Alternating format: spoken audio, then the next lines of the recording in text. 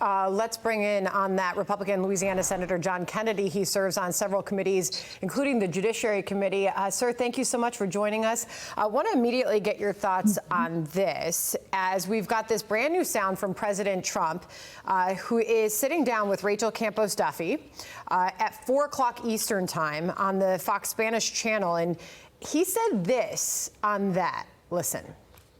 Could we use it for violent criminals, our own violent criminals? I call them homegrown criminals. Yes. I mean, the homegrowns. The ones that grew up and something went wrong and they hit people over the head with a baseball bat. We have, and push people into subways just before the train gets there, like you see happening sometimes. We are looking into it and we want to do it. I would love to do that. Well, Senator Kennedy, you are a smart legal mind. Do you have any problem with that? No, none. I think the president's right. If you're in our country illegally, you're a criminal. Illegal immigration is illegal, duh.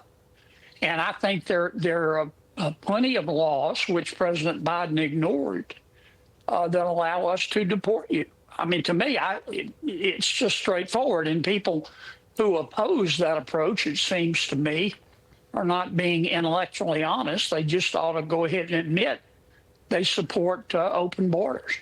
Senator, I want to get your reaction to this federal judge in Boston, her ruling on this controversial mass parole program here. Call for number 2. These are the numbers. So more than 500,000 migrants from these 4 countries were flown into the U.S. under President Biden. He essentially used his executive authority, waved the magic wand, and allowed all these people to come into the country. Now, President Trump comes into office. He tries to use that exact same executive authority to take their parole grants away, and a judge is saying no.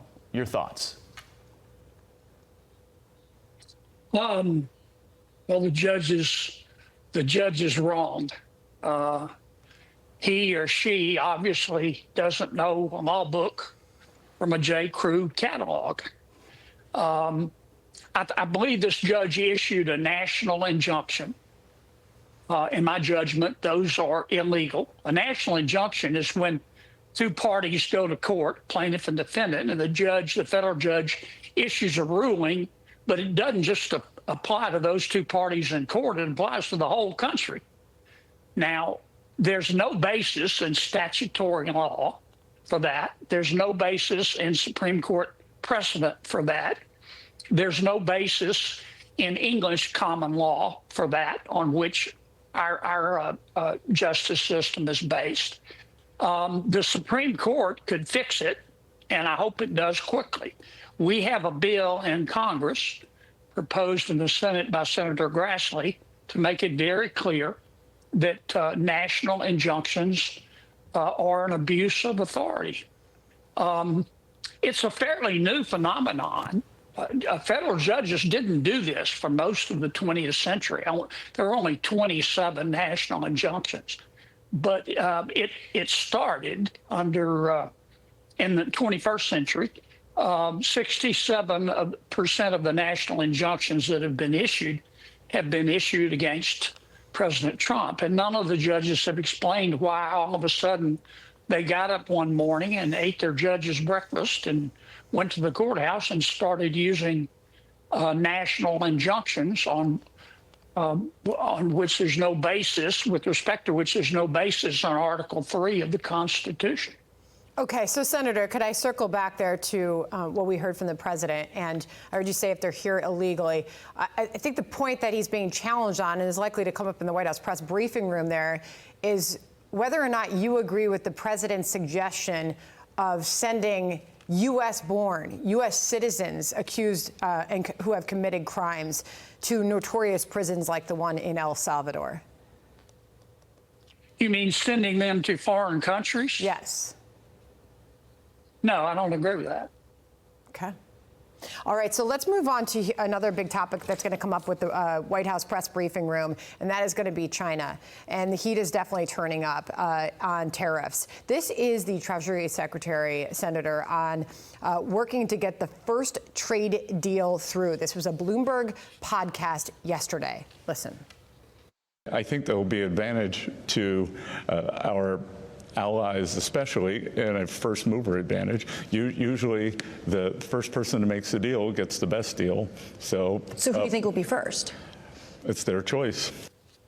So your thoughts on where this goes next and how important it is to get that deal through? It's undeniable that many foreign countries have used trade barriers, tariffs, to take advantage of the American people and cost us jobs. President Trump has called their hand. He has raised our tariffs and said, I want reciprocal tariffs.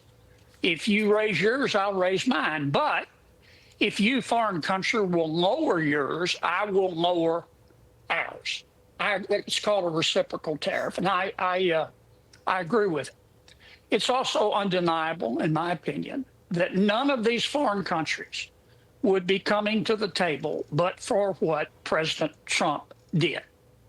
Now, the narrative among some members of the legacy media is that President Trump has, how can I put it, he's gone disco and he doesn't really have a rationale or a plan because he's not talking about it. I don't have any inside knowledge, but I believe that he's not talking about it because he's in the middle of negotiations. The worst actor is China. We, with our help, China was admitted to the WTO, the World Trade Organization, on December 11th, 2001. China started cheating December the 12th. And we need, figuratively speaking, we need to call their hand and slap them to Pluto until they start abiding by fair trading rules. Mm-hmm. It won't be easy, but China will ultimately have no choice. China's economy is on a journey to the center of the earth. They buy 5 times more stuff, we buy 5 times more stuff from them than they sell to us, and they're an export economy, so they're going to have to come to the table at some point. All right, Senator, we always appreciate your time there, sir. Thank you so much for joining us. Hey, everyone. I'm Emily Campagno. Catch me and my co-hosts Harris Faulkner and Kaylee McEnany on Outnumbered every weekday at 12 p.m. Eastern, or set your DVR. Also, don't forget to subscribe to the Fox News YouTube page for daily highlights.